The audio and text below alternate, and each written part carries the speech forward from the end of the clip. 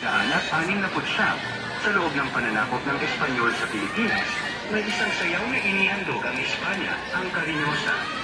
Ang sikat na sayaw na ito ay nagsimula sa isla ng Panay kung saan kinakilala ng mga Espanyol ang sayaw. Ang salitang Cariñosa ay nangangahulugang mapagmahal o magiliw. Ang panyaw at abaniko na siyang ginagamit sa sayaw ay sumisimbolo sa paraan ng isang Pilipina sa pagtatago ng kanyang nararamdaman sa isang romantikong eksena. Ang sayaw na ito ay sikat sa buong bansa, palaging isinasayaw sa mga piyesta at kung ano-ano pang kultural na mga okasyon sa buong bansa.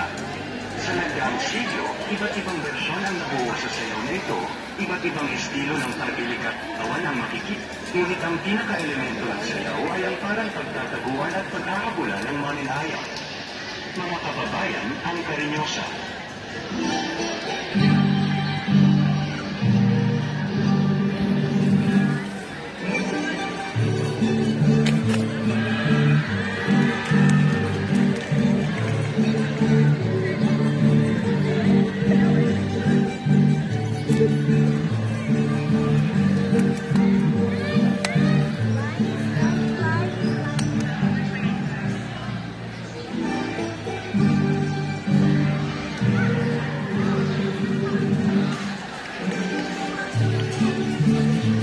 Aray ko.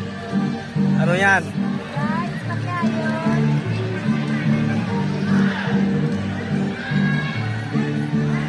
Ataw.